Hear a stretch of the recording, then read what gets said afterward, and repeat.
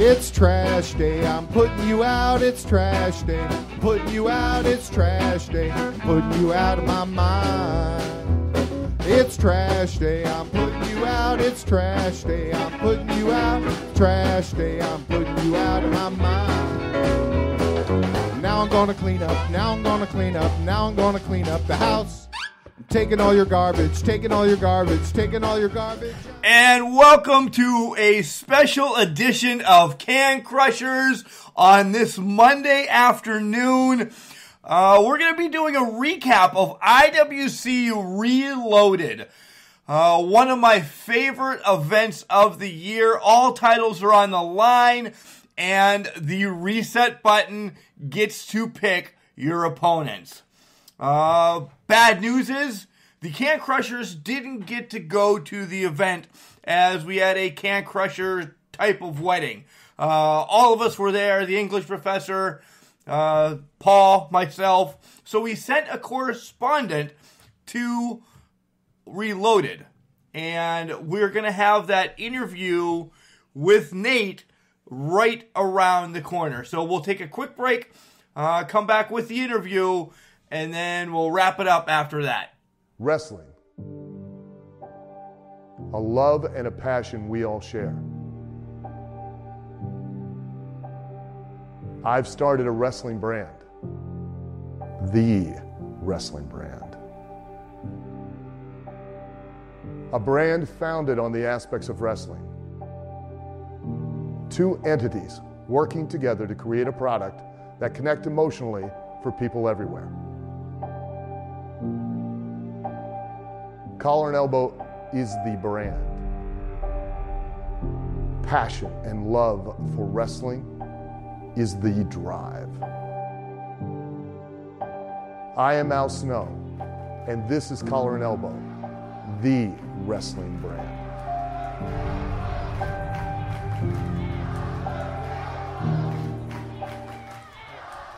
I would like to welcome to our show Soup Geist.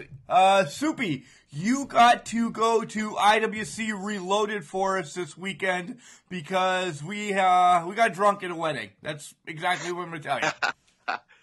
Hey, as long as you had fun, was it a good time? It was a great time. All the Can Crushers showed up, too. The English professor was there. His largeness sitting right next to me, Paulie. And, you know, me and the fam were there. So it was a great time. Awesome.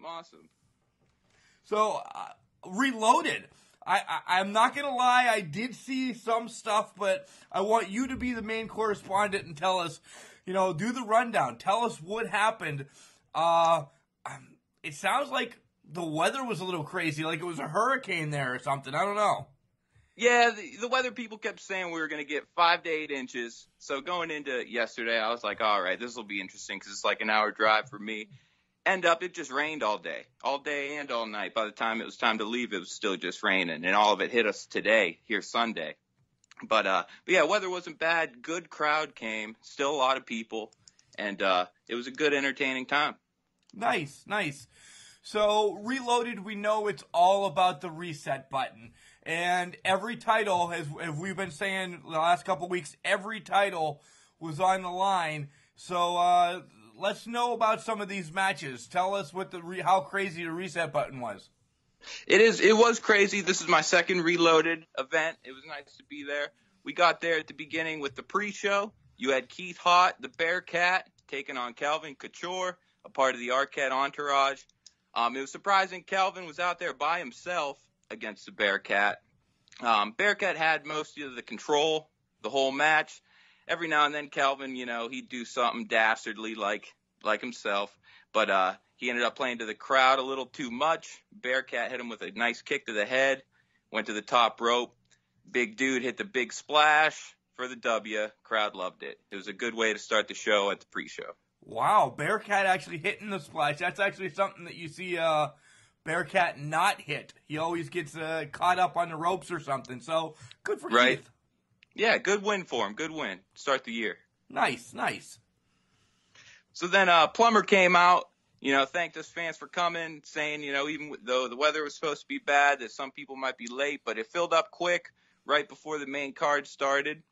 And we'll get into that here. That the first match was Elijah Dean, the Man Dime, another man a part of that entourage of Katie Arquette's, taking on the American Daredevil, Johnny Patch, the first ever Battle Royal winner. I know he's your boy.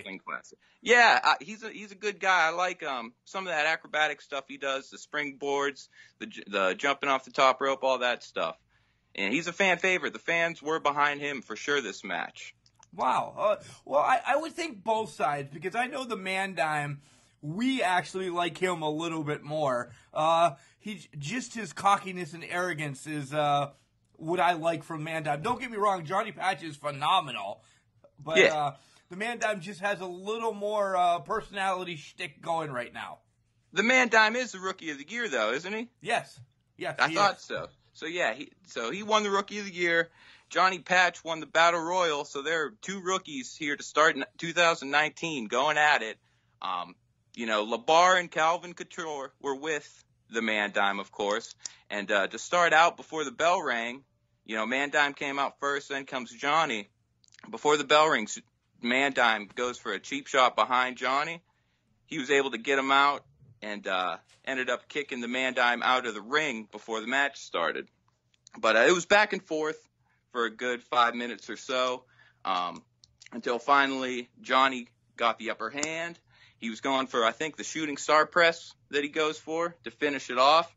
But then that's where Calvin came in, jumped up on the apron, got knocked down by Johnny. Johnny was able to kick him off, but gave it enough time for the Man Dime to regain himself.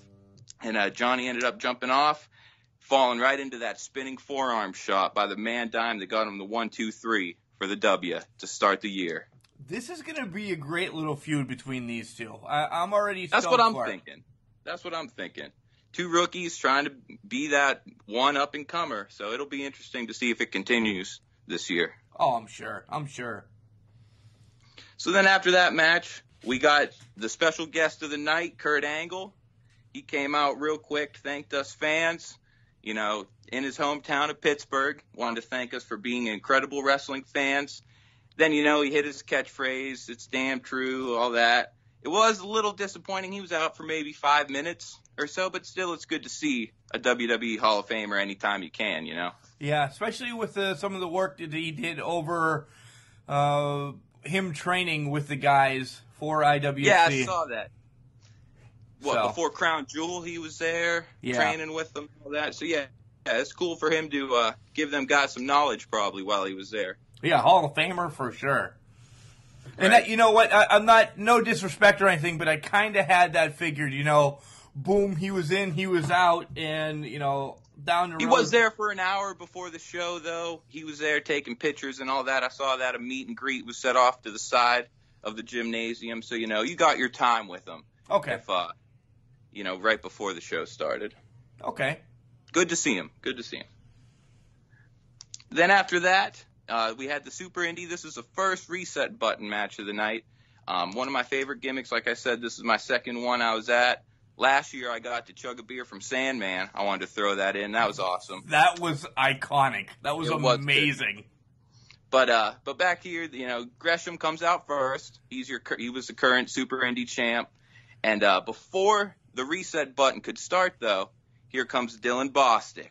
Crowd hated him, groaned as soon as he came out. And he's there with his 2 belts from 2 other promotions. And he said he was the number 1 contender. He beat Gory last month at the Pittsburgh Pro Wrestling Classic, and that he deserves this shot before any other person the reset button could pick. Plummer's like, "Hey, you'll get your shot, but for right now, this is reloaded. We got the reset button. We're using it." And that's when the first big surprise of the night came. A returning former Super Indy champion, Big League John McChesney, was chosen. Yeah, he's coming back from one hell of a shoulder injury, and the news, I got it, from Pittsburgh to St. Mary's in a matter of seconds. It was unbelievable. Yeah, the crowd went nuts. I've been going to these shows for over a year now, and I was, didn't get to see him. in his prime with IWC when he was. By the time I started going with you, he was gone. So it was nice to finally see what the big league was all about, and he lived up to that name, the big league. Yeah, he's now, a spoiler, he's now 7-time Super Indy champion. Yeah, it was a good match. To start out, Gresham, we always say he's like Daniel Bryan, real technical. He'll out-wrestle you. He's not all glitz and glam. And, he did his normal stuff, put you in a hold, stretch you from ear to toe. And McChesney at first was, to have to face Gresham in your first match back, and he's going to stretch you and hold you down like that. Right. It's got to be tough. But yeah, a lot of back and forth, a couple near falls for both guys. McChesney hit this one crazy cutter move. He's had him on his shoulder, like Cena will have you for an AA, and he turned it into a cutter. He had Gresham for, I swear, it was a 2 and 99 100ths count. It was so close. Wow. But Gresham was able to stay in it.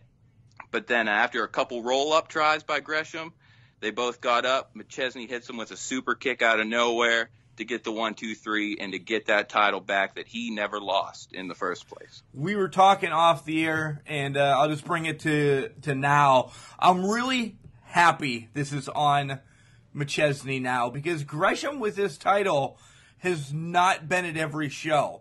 He's been here, he's been here. McChesney will bring the prestige back to the Super Indy Championship, so I'm happy he gets that strap back. Yeah, and the fans loved it, so it was nice to see. Oh, that's weird, because, Gresham's a huge fan favorite, too.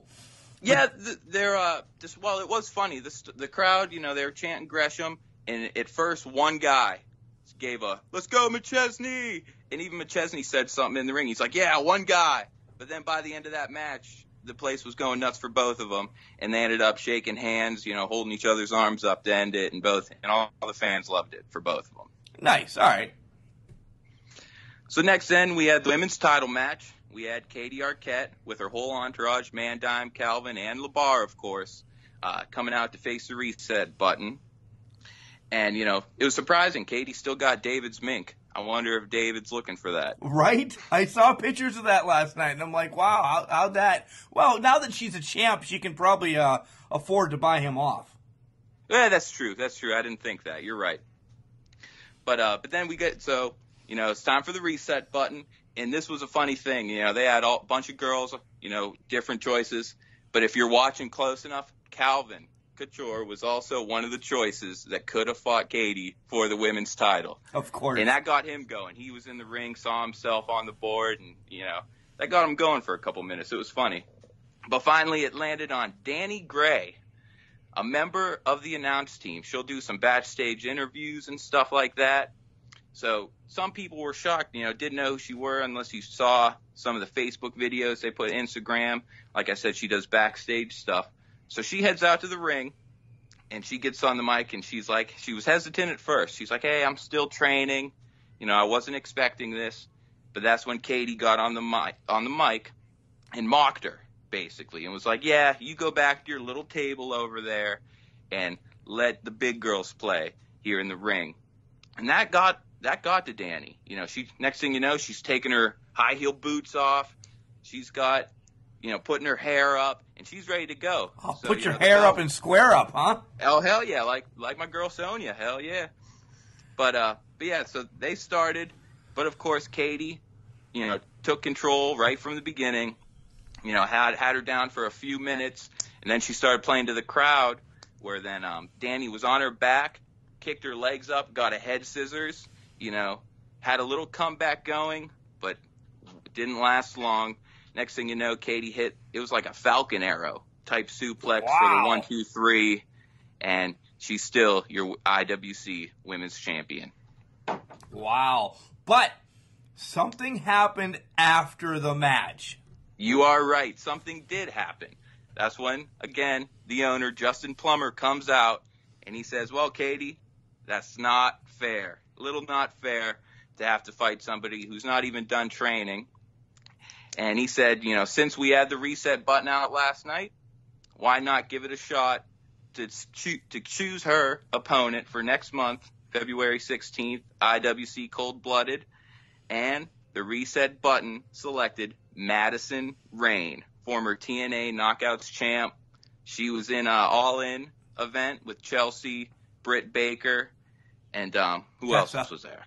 Tessa. Yeah. The Fatal 4-Way. So she's well known. It'll be nice to see a growing face in the women's division in all of wrestling to be at IWC next month. She is probably right now the most sought after free agent. You know, she's not really with TNA anymore. She's doing some ROH stuff. She was in that ROH women's hunt going for their first title.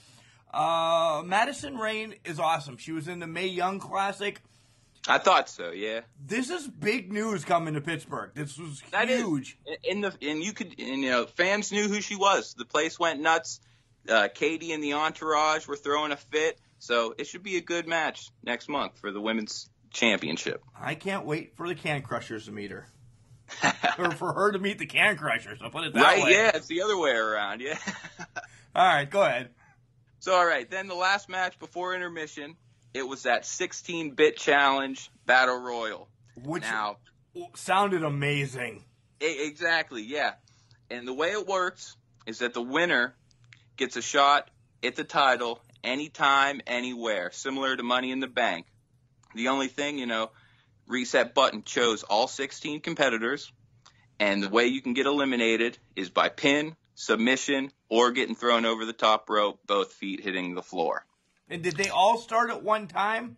No, it was just like the Royal Rumble. One person came at different intervals. It was never the same amount of same amount of minutes go by.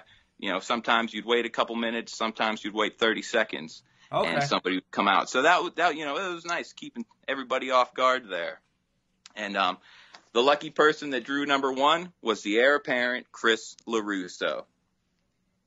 Wow. But then number two was Lee Mority, and the place went nuts. I honestly never saw him before, but he's from Pittsburgh, so Pittsburgh fans loved him, and they were right behind him from the start. They went nuts when he came out. Yeah, he has done some work in the Rise Federation down there. He's pretty huge in Pittsburgh. I've seen a couple of his matches. I've never seen him in person, but he's a high flyer. Yeah, he was definitely a high flyer. He had some nice spots, kind of like Johnny Patch, the American Daredevil, did some crazy springboard stuff.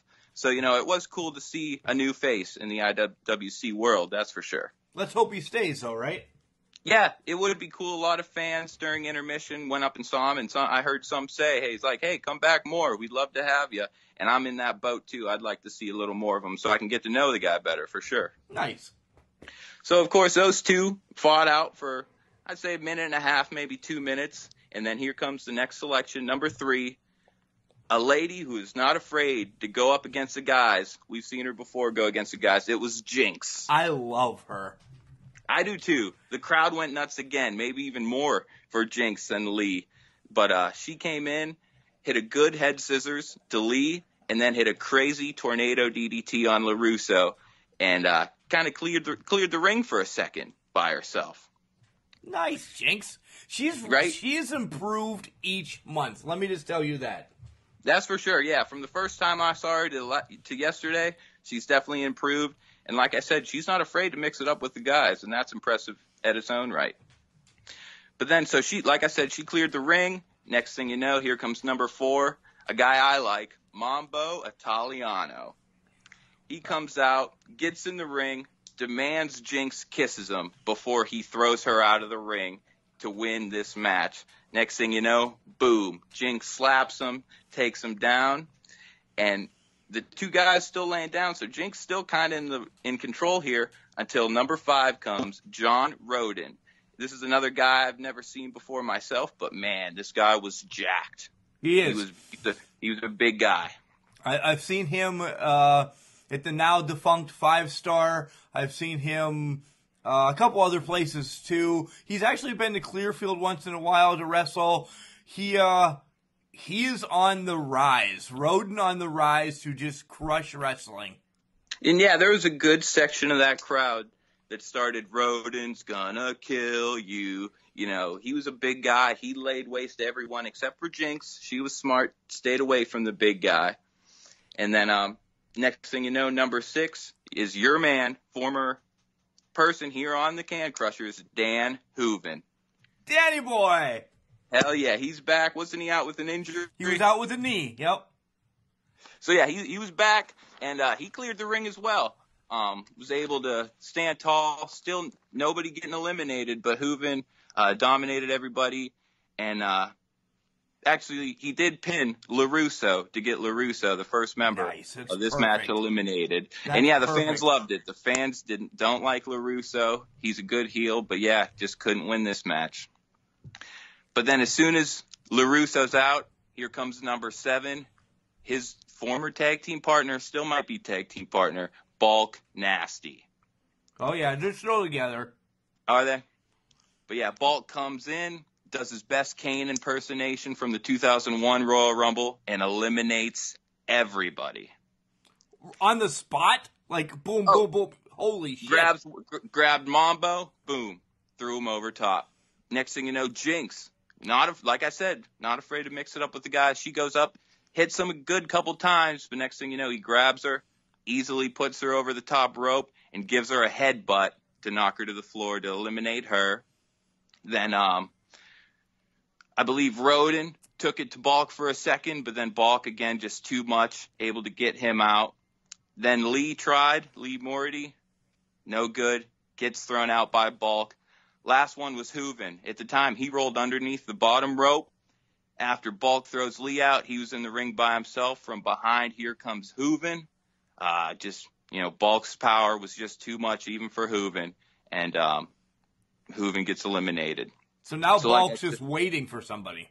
So yeah, he's just waiting, and then here comes the reset button to choose number 8, a man who's been a pain in Bulk's side, Jimmy Vegas. Wow. So that's 2 big behemoths in the ring at this time. They're going back and forth. But at one point, Bulk hits a low blow on Vegas and able to eliminate him, get him out of the match. Bulk's so bad. He can't read. Yeah, he can't read, can't count, and the crowd definitely let him know that last night. That was for sure. But then, so again, Bulk's in it by himself. We're up to number 9 now. Reset button hits, and here comes a man I never saw again before. But man, this guy was a monster. Paxton Calloway. I have never heard of him or seen him. Oh, my God. You can't miss him. He was easily 7 foot. I swear. He was bigger than Bulk, and Bulk's one of the biggest guys here in IWC. And he had a duck. That new setup they have when they come out to the entranceway, he had a duck under that because he's so tall. This guy was a monster. And he gets in the ring, and like I said, he towered over Bulk. That was for sure, but just maybe not the brightest. Bulk goes in for a shoulder tackle, barely moves the guy. Bulk tells him, hey, you try a shoulder tackle. He bounces off the rope. Bulk moves.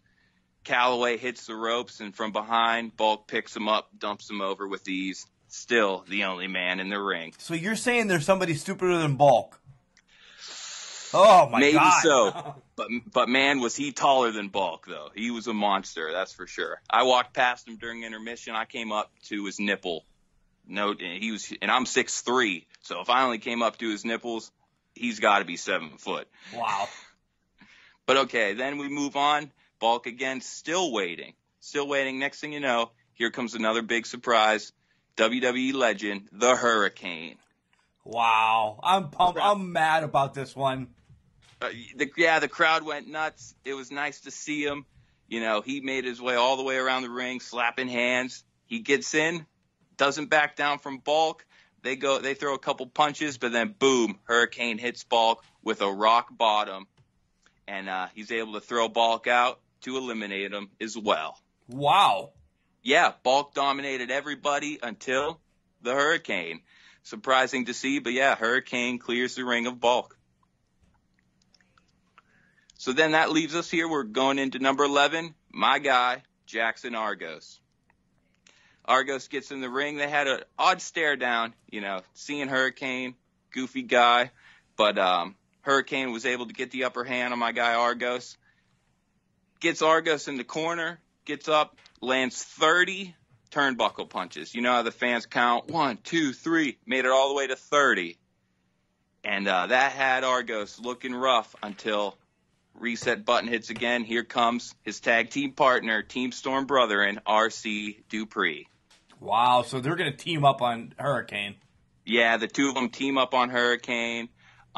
Hurricane ends up fighting with RC while he's on the apron. Argos, using his mastermind trick, slides under the bottom rope to stay in the match and pulls Hurricane down to eliminate him. So that leaves us with Team Storm ruling the ring right now, and we're at number 13. So this is four more to people. go. Yeah, and number 13 was the rookie Stevie LaBelle, and he came in. He slid under the rope. Team Storm stomped on him.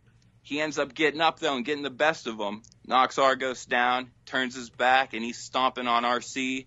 And then Argos was able to hit a low blow, and they throw him over the top and eliminate the rookie. So the team was able to keep the ring again against the rookie to outsmart the Rook.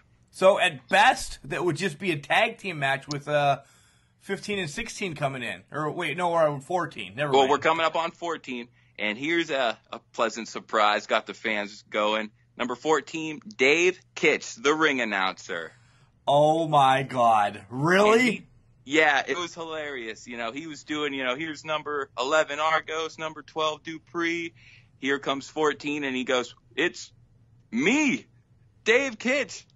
And he gets out there, takes his suit jacket off, takes his bow tie off, gets in the ring.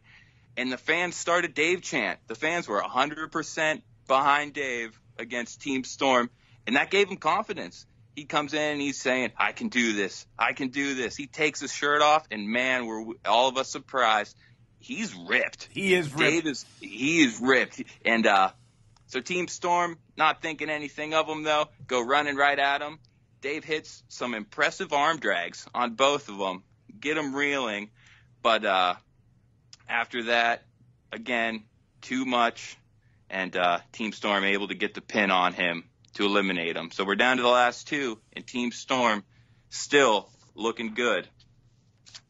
And again, here comes number 15, a fan favorite, Gory. Oh, wow. Crowd goes nuts. Gory dominates both guys like a bat out of hell. He's biting one guy, punching the next guy. He was going crazy. And then here comes number 16, the last and final competitor, Jock Sampson. Ugh. Yeah, Ugh. same noise the crowd make. The crowd does not like Jock.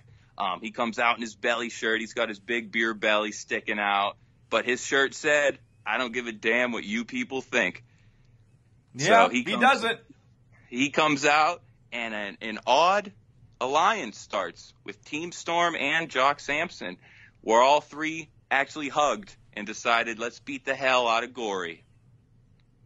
But Gory, all by himself against these three, was able to get the upper hand at one point, eliminated RC, but then again, Jock and Argos just start teaming up on him, taking turns, holding them. You punch them, all right, I'll hold them. Now, taking turns, teeing off on Gory until Gory was able to get Jock over the ropes onto the apron, and Argos did make the save.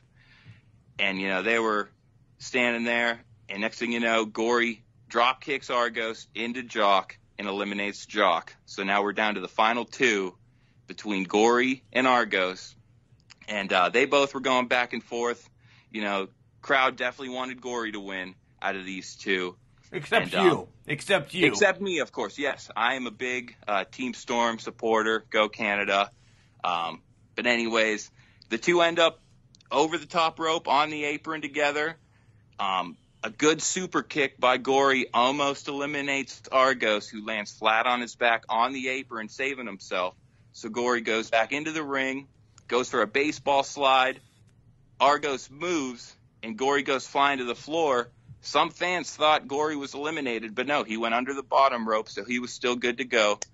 Gets back in the ring, bites Argos, and then out of nowhere, here comes Jock Sampson again with his bull rope and the cowbell, and ends up jumping up on the apron, choking Gory, pulling him up against the ropes with that bull rope, giving Argos a chance. to pick him up, dump him over the top, and Jackson Argos is the 16-bit challenge winner and has the power of the reset button. This guy has had 3 great years. Rookie of the Year, his first year. Rookie of the Year, his second year. Becoming tag team champions that same second year.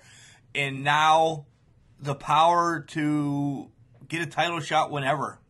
Exactly. And now you see why he's my guy. He's probably my favorite here in IWC. And I was happy to see him win. And oddly enough, him and Jock then shook hands. Even though Argos had a big make and a Jock getting eliminated there, they still shook hands. And, that'll be interesting to see where that goes. Yeah, for sure, especially with the news yet to come that has been all over Facebook. Oh, yeah, we'll hit that here. But, after this match, then, like I said, we got intermission where you can go see all the wrestlers, take pictures. Hurricane was there signing stuff, taking pictures. It was nice. But also, before intermission started, they announced, like I said, February 16th, IWC Cold Blooded is going to have a special guest. Do you got any guesses? Well, I know, but I'll just let it go. Know. Yeah, those are the 3 big things that I knew from other people just texting me. But it's amazing. I'm excited, but go ahead and tell everybody. Some people in the crowd were able to guess it based on the name, but it is WCW legend Glacier. Yeah, I'm pumped. Between Glacier and Madison Rain, they don't even have to be there. I'm still excited to always go to IWC, but add those 2 to the roster for the night? Hell right. Yeah.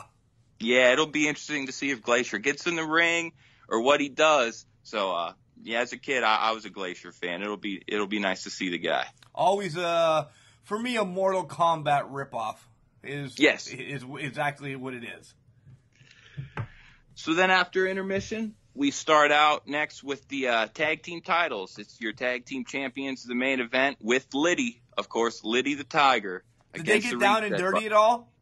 They look pretty locked and loaded. I'll say that right now, going into it. But it was, they were ready to go. They're the champs for a reason.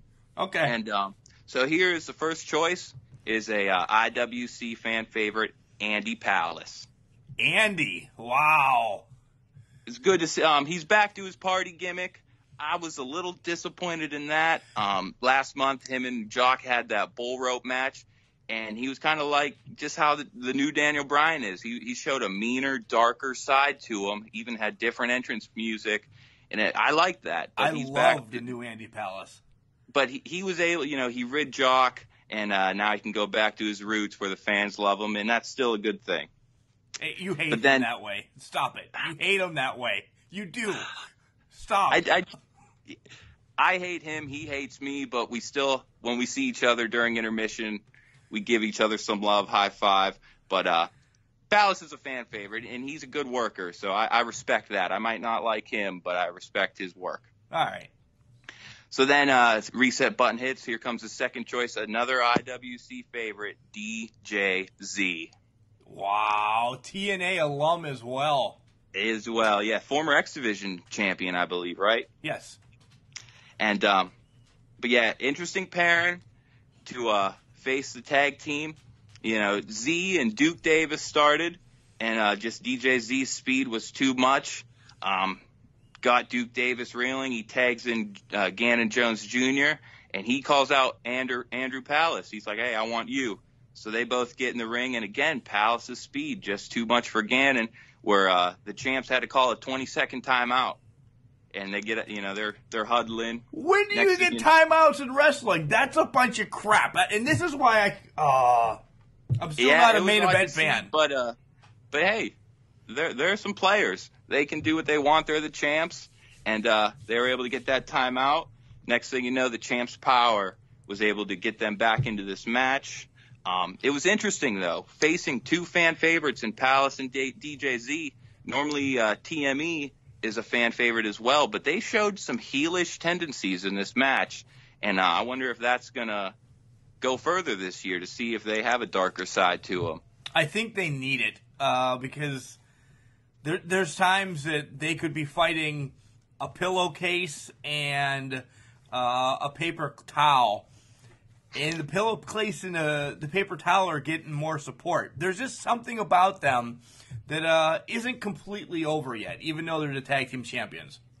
Yeah, but the crowd was torn 50-50, though, even though those couple heel tendencies. I noticed that, but it was still 50-50. I'll say that. But a lot of near falls end up for both teams. There was a cool spot where at one point DJZ and Palace were on the same turnbuckle, locked arms, and they hit a double drop kick to one of the TME members. It was pretty cool spot there. But just in the end, TME hits their tag team finish, and they're able to get the 1-2-3 to retain their tag belts. Yeah, IWC needs to bring out a tag team to get rid of them. And I think the Team Storm is done for a while. They're going to have their own battles separately. But I think we need a big tag team to come back and rid them of Down and Dirty or whatever. I know somebody you're thinking, and they never lost the belts either. Right. So it'd be cool to see them back. Don't know if it'll happen, but yeah, TME, though, running the division. So after this match, here comes Jack Pollock. There was news a few weeks before this event came up that he had a special announcement that he wanted some time out in the ring, and he has his Team Storm brothers, Argos and Dupree, come out with him. Explained how much that IWC World Heavyweight title that he lost last month meant to him. He even said 16 years ago he was out in Butler, PA, watching Jimmy Vegas and the Sandman fight for that title. And at that moment, he knew he wanted to be that champion. And here he was, IWC champion. And he wanted to call somebody out that was a big pain in his butt for all of 2018. A man he went to war with, a man who caused him grief. He caused that man grief. It was the owner, Justin Plummer, and he just wanted to apologize. And Plummer comes out. Yeah, after, that brutal Extreme Rules match they had and everything that went on, Jenny getting involved. You never thought you'd see the day that happened. And Plummer did come out. You could tell he was wondering what was behind this. But he thought about it, and he knew that Jack was just doing all that for his love of this industry, IWC, and they were able to shake hands and let bygones be bygones. Wow, that's huge. And the fans actually loved it. They started getting behind Pollock, who was normally, a hated member of the roster. And but this is where things turned blue. That Pollock goes and shared some news that he went and saw a doctor, and last March he ended up tearing his ACL, tore his meniscus, maybe an MCL also, and he was wrestling all of 2018 injured, and he was still champ. And unfortunately, he had to let us know that he may miss a year of action, and in 2 weeks he's getting knee surgery. That's unbelievable. It is, Soup, it's all of a year, because one of my favorite wrestlers, when I first started going to IWC, Jimmy Nuts, was off. Got there, just got embedded into wrestling, and he needed a knee surgery, and he was gone for all of a year. So let's hope we see Jack Pollock at the next reset in January of 2020, because it may be longer. Right. He did say, though, when he's better, he's coming back, and he's going to capture his IWC title. And, music hits. He gives RC a hug. The fans I think he turned face. The fans were behind Pollock, saying, "Thank you, Pollock," starting some chants.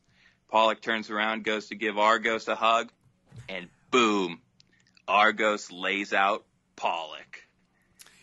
Yeah, that's going to be a feud. That just fuels fire for Jack to come back. Yeah, for sure. But Argos screaming, "We don't need him." And RC was shook at first. He didn't know what to do. But then he thought about it. Him and Jackson were tag team champions together. Didn't need Jack for that. And they end up taking it to Pollock. RC grabs him, takes him to the ring post. and slams his knee up against that ring post. And then Argos, with his reset button that he just won earlier in that night, bashes it off the head of Pollock, and they promise a new Team Storm takeover, this time without Pollock. Wow. The storylines when Pollock comes back are already unbelievable. Oh, yeah. And like I said, he's going to be a fan favorite. The crowd loved him by the end of tonight. Nice. So then after that, we're moving into the IWC high-stakes title match where the champion, Chest Flexor, the leader of the STDs, the sexy, talented dudes, facing the reset button. And the button chooses Jamie Jameson. Big country. Big country, Jamie Jameson, yeah. And it seemed like the crowd was rooting for him a little more, for sure, over the STDs, who are normally a fan favorite. It was funny, though, when the sexy, talented dudes came out, they have the entrance song Take On Me by A-ha. Yeah. And, the chorus hits, Take On Me, all that. And right there where he does that high pitch moment of the chorus. Okay. The music cuts. The whole crowd was in the middle of singing that, and you just hear everybody at once hit that high pitch. Take it was on pretty funny. me. Yeah. Yeah. It was a good time. Like I said, IWC fans love to have a good time at these shows. Oh, for sure. But then, before the match starts, the announcer, says Chess, being the champion, gets to pick the stipulation for the match. And he gets on the mic, and first he congratulates Jamie on getting engaged. I don't know if you heard about that. I did not. Yeah, Congratulations, Jamie. Yeah, congrats to Big Country, that's for sure. And Chess says he's got a little poem for him. First comes love, then comes marriage, then comes an abusive relationship with an alcoholic. Oh. And that got to Big Country. But then the stipulation that was picked by the champ is that it's going to be a handicap match against all the STDs, minus Ginger and Gonorrhea. And it was going to be 4-on-1, the STDs against Jamie Jameson. And the sexy, talented dudes were able to get the upper hand. The numbers game was working out until you heard a familiar voice. And it's Marshall Gambino, former high-stakes champion. He retired. Yeah, former high-stakes champion, the man that Chess beat, comes out wearing a referee shirt, is Jamie's former mentor, comes out, and he becomes the special guest referee for this match. And he starts clearing the ring of some of the sexy, talented dudes and making it just Jamie and Chess. He wanted that match one-on-one to see the better guy win. But, again, the numbers games were just too much. The STDs grabbed Gambino. Next thing you know, Ginger's in the ring, gives Jamie a kick down under, and Chess was able to roll him up for the 1-2-3 to retain the high-stakes title. Wow, Chess still defending it. Nice. Incredible, yeah. He's a smaller guy, but, yeah, he's had this belt for a few months now. He's got a nice little run going on. It's all the specialty matches that he gets. He puts them in his favor. Yeah, he knows what he's good at, and he sticks to it, and that's why he's still the champ. You got to give it to him, though. Without a doubt. And next up is going to be the main event, but before that, they announce one of the bigger events of the year. They always have, Night of Superstars, here in April this year, April 13th. And they had 5 names they wanted to let everybody know. 4 were going to be in action. They were going to be the Hurricane, who we saw last night. He'll be back. Former United States champion, MVP in WWE, he'll be there. Another former WWE guy, Hardcore Holly. And then also WWE Hall of Famer Jim Duggan. All 4 of those will be in action here at IWC, April 13th. Wow, Duggan's going to be in action in Meadville. In action, yeah. So I'd love to see that. It'll be interesting to watch. But then I said there was a 5th name, and just making a special appearance is my all-time favorite. I've painted my face like him multiple times in my life. The man called Sting. You have, folks, Soup is my cousin. There is family pictures of him painted as Sting. That is no lie. He's just painted Sting on a random Thursday in May. He was Sting. So It was for his birthday. Oh, okay. All right. Yeah, sure. my girlfriend's a cosmetologist, painted my face up like Sting, and I looked like him. I got the hair for it, too. You do. Like You really do have the hair for it. I got the hair for it now. The Crow Sting is definitely one of the best characters of all time, in my opinion. No, that's garbage. I liked Venice Beach Sting better, but God, Venice Beach Sting was good. You weren't even born. The storyline for Crow Sting beating the NWO was a great story. Okay. If it wasn't WCW, it might be even better. But right, you know how that went. Right. But anyway, that was a good surprise. It'll be nice to see some legends. All right. In April. Besides Sting, let's break topic because you have one more match left to tell me about? Yeah, the main event's all that's left at this point. Okay, so we're going to break topic real quick, get back to the main event. Besides Sting, since he is your favorite, who else are you just enamored to? I'll tell you mine real quick. I want to see Duggan. I've seen Duggan before, but he is just coming off of an illness. So I really want to get one more look at Duggan. Hurricane. Yeah, I was surprised that they said he's going to be in action. So yeah, that's another one I'd like to see. Hurricane has always been just fun.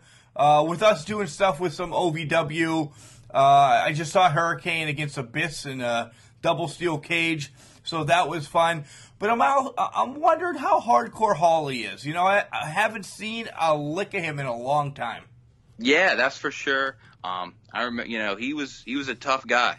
He was known that if you were a rookie in WWE, one of your first matches were going to be against Hardcore Holly, and Bob there, he was going to beat the crap out of you and see if you were here to stick it out.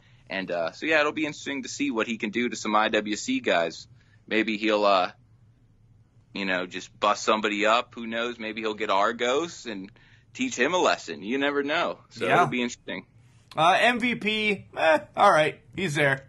I've never been an MVP fan. I didn't like his gimmick, and then he carried it over into TNA. He was MVP, but he actually used his name, and he was a baller. I don't know. There was just something that, I don't know. He just never got to me. See, I didn't mind him. Jason, he was happy to hear that. He was happy to hear MVP will be there. He said he used to play with him on one of the old WWE video games all the time, so he was happy to see MVP. But yeah, we haven't heard much from him lately, I must say. So it'll be cool to see him live and in person, though. Yeah, I was just on IWC's website earlier today. General admission with meet and greet. Tickets are $85, so that's the low end of the deal. If you want to go up from there, there's just much more that can be spent. But if you're just looking for ticket to get in and ticket to the meet and greet, it will cost you $85. Yeah, I'll be saving up for that because I want to see Sting. Right. It's in April in Meadville, guys. If you don't know where Meadville is, it's a hop, skip, and a jump from Erie, Pennsylvania. So it is still freezing up there in April. I'm telling you, the English professor has gone a couple times. I'm in shorts because it's about 50 degrees or maybe like 45, and I'm okay with that. But the English professor cannot stand it. He is frozen several times up there. I'm going to say this. As a tax collector, get your W-2s by the end of this month, file your tax returns, get your refunds, and use your refunds to go to IWC Night of Superstars, April 13th. Come there. I'm going to be there. I want to see more people there. Oh, my God. So now we have two garbage men, an English professor, and since you're dubbed Soup, you are also IRS. And at least the S fits into the IR since you're a tax collector. I just thought of that. Unbelievable. So you're no longer Soup. You're IRS when we talk about you. Hey, I'll take that. All right. He was a tag team champion. He got some gold. I'll take that. All right, good. All right, on to the main event because this is going to be its own show. Oh, well. That's good. That's good. So here we go. We get into the main event. Here comes the man with War in his name, Wardlow, the IWC heavyweight title, and first in the reset button. And me and Jason were thinking, who could it be? Who could it be? And here comes a guy that we already saw tonight that gets the nod, Dylan Bostic.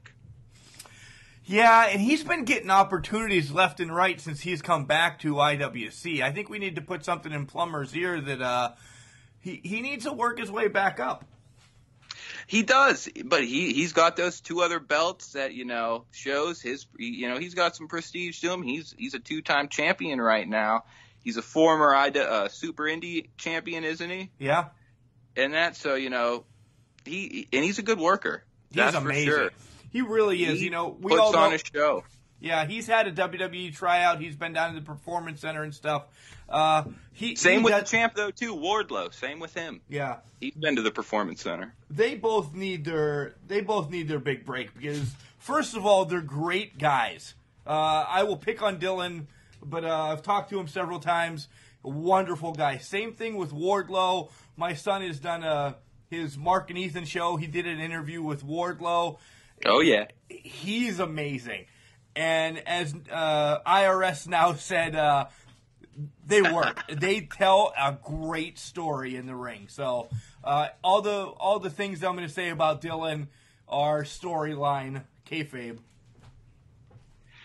Yeah, and like you said, he's a great worker, but he can be known as a pain. And man, did the crowd last night let him have it. There was D-bag chants.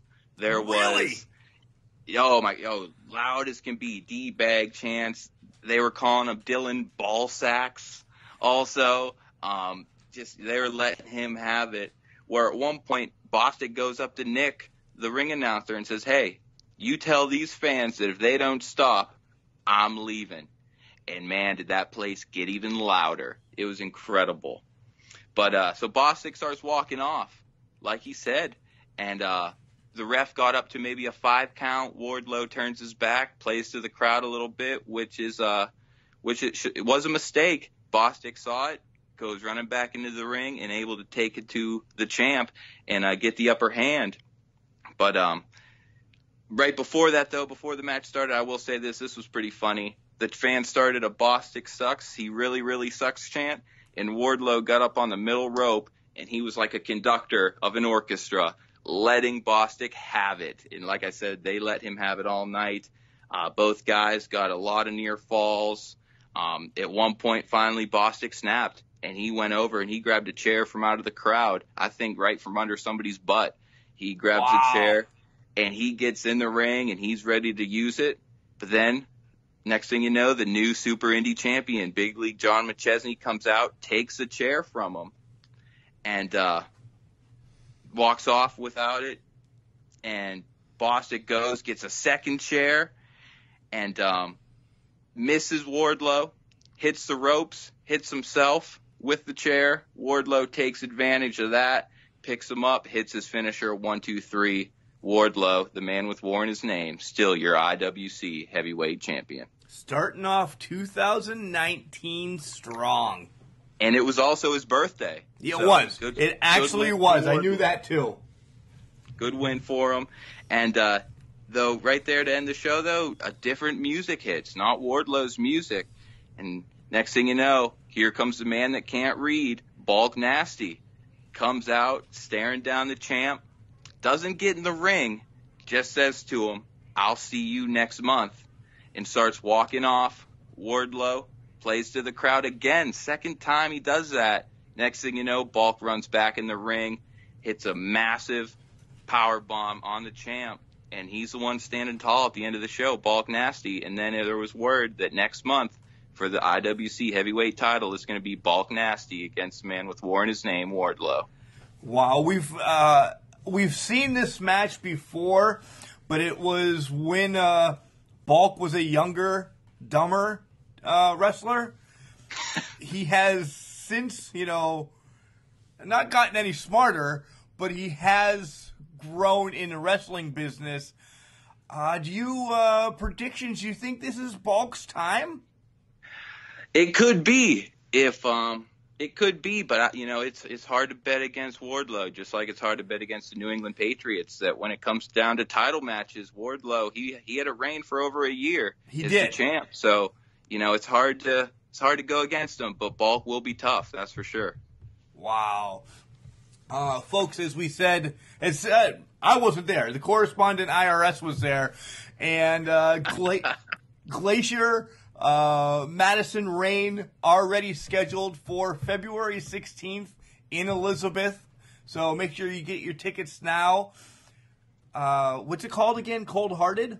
Cold-Blooded. Cold-Blooded. Hey, I'll watch that until February 17th, so it doesn't really matter. So, all in all, a great night of IWC wrestling? For sure, definitely. Like I said, I've been going to these for over a year now. Never been disappointed once. I'll keep coming back. They got a loyal fan here in me, and I can't wait for next month. Yeah, and not only the wrestling, since I wasn't there, but I know the plumbers are hell of a nice people. Like, they always make sure they come over, and Jenny especially hugs for the kids.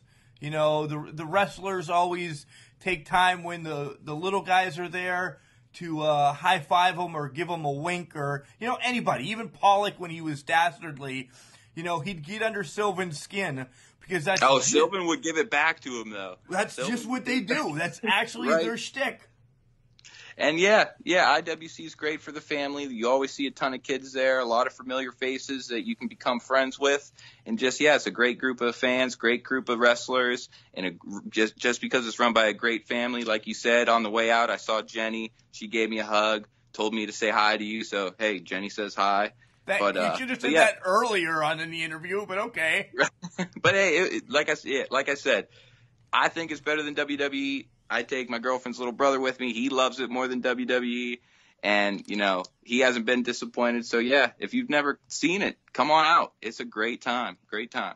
It really is. All right, Soup. I don't know when I'll see you personally, but if not... Probably February. Yeah, February. If not, February, we'll just we'll reconvene then, and we'll do the show live, huh?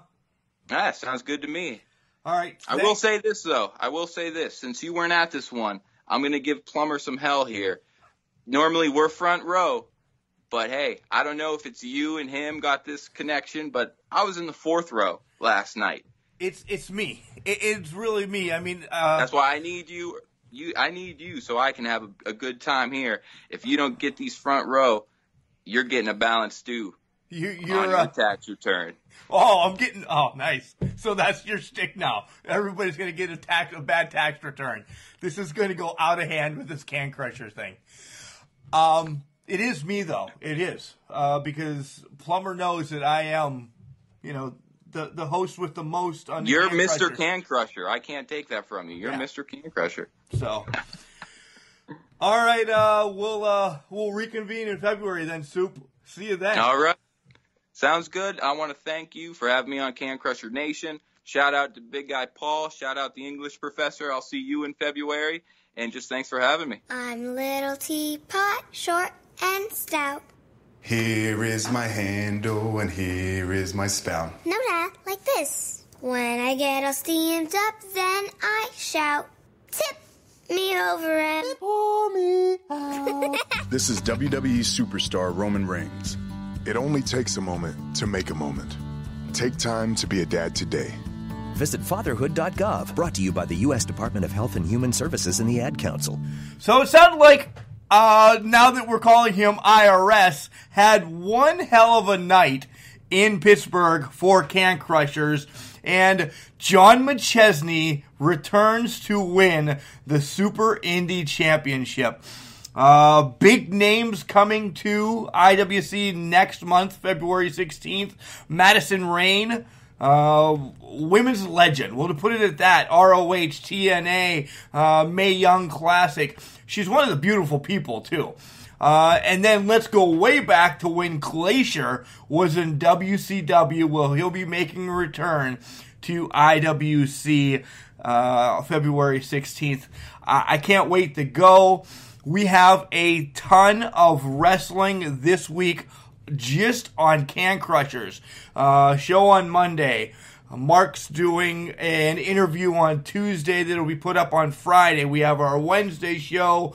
We are going to Asylum Pro Wrestling Saturday, so that means you get a Sunday recap as well, as long as all our drunk bodies can get up out of bed to put it together. So, guys, you're going to see Can Crushers everywhere this week, and that's what we love. Hopefully I can drop some more news on you guys later in the week as to another venture we are reaching out to have. So, guys, thanks for listening to Can Crushers IWC Reloaded 5.0. Thanks to Soup IRS Geist, and we will see you guys Wednesday. Remember, just because you're garbage doesn't mean you can't do great things. It's called a garbage can, not a garbage cannot. See you Wednesday.